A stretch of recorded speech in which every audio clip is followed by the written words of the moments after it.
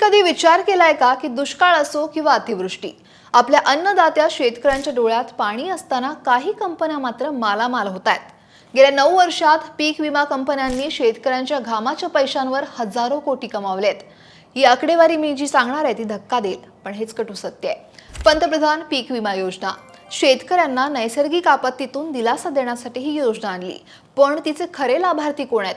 शेतकऱ्यांच्या हक्काचे पैसे विमा कंपन्यांच्या तिजोरीत कसे जात आहेत, जाणून घेऊयात. नमस्कार, मी अक्षरा चोरमारे. आपण पाहताय लोकमत. सन 2016 ते 25 या 9 वर्षांच्या काळात देशभरातील पीक विमा कंपन्यांनी एकूण 73,630 कोटी रुपयांचा नफा मिळवला. यात महाराष्ट्रातील शेतकऱ्यांकडून आलेले 16,300 कोटी रुपये सुद्धा समाविष्ट आहेत. हे आकडे पाहिल्यावर प्रश्न पडतो की ही योजना खरोखरच शेतकऱ्यांसाठी आहे की विमा कंपन्यांसाठी? खरं तर देशात 1999-2000च्या रब्बी हंगामापासून पीक विमा योजना ही लागू करण्यात आली. हवामानातील बदलांमुळे पिकांच्या होणाऱ्या नुकसानीतून शेतकऱ्यांना विमा कवचाच्या रूपाने दिलासा मिळावा, हा या योजनेमागचा मुख्य उद्देश आहे. राष्ट्रीय कृषी विमा योजना नावाने ओळखल्या जाणाऱ्या या योजनेत 2010-11 मध्ये काही सुधारणा करण्यात आल्या. 13 जानेवारी 2016 पासून ही योजना प्रधानमंत्री पीक विमा योजना नावाने ओळखली जाऊ लागली.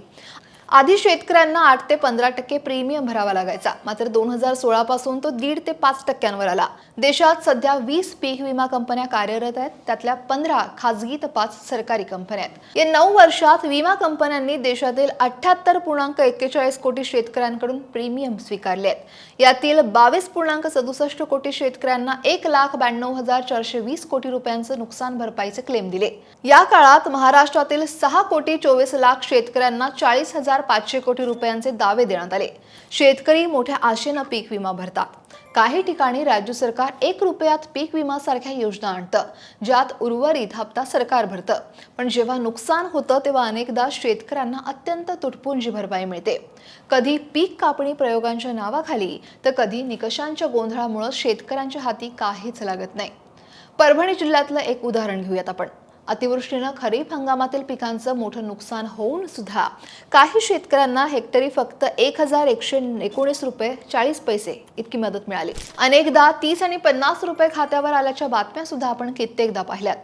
खरं तर पीक विमा हा मागच्या काही वर्षांपासून वाद आणि चर्चेचा विषय सुद्धा ठरतोय. त्याची कारणं सुद्धा तशीच आहेत. पीक विमा कंपन्यांनी 2016 ते 2025 या 9 वर्षात एकूण देशभरात 73,630 कोटी रुपये, महाराष्ट्रात 16,300 कोटी रुपये कमावलेत. तज्ज्ञांच्या मते कंपन्यांचा हा निव्वळ नफा नाहीये. पुनर्विमा, प्रशासकीय आणि परिचालन खर्च, GST वजा जाता या कंपन्यांनी 9 वर्षात किमान 21 ते 28 हजार कोटी रुपयांचा निव्वळ नफा कमावलाय. अनेक शेतकऱ्यांनी विमा हप्त्यासाठी यापेक्षा जास्त रक्कम भरलेली असताना मिळणारी मदत ही कमी असल्याने संताप व्यक्त होतोय. हा शेतकऱ्याचा विश्वासघात नाहीये का? शेतकऱ्यांच्या या प्रश्नावर तुमचं मत काय आहे? पीक विमा योजना खऱ्या अर्थानं कोणासाठी काम करतायत? तुमच्या प्रतिक्रिया कमेंटमध्ये नक्की कळवा. लोकमत सबस्क्राईब करायला विसरू नका.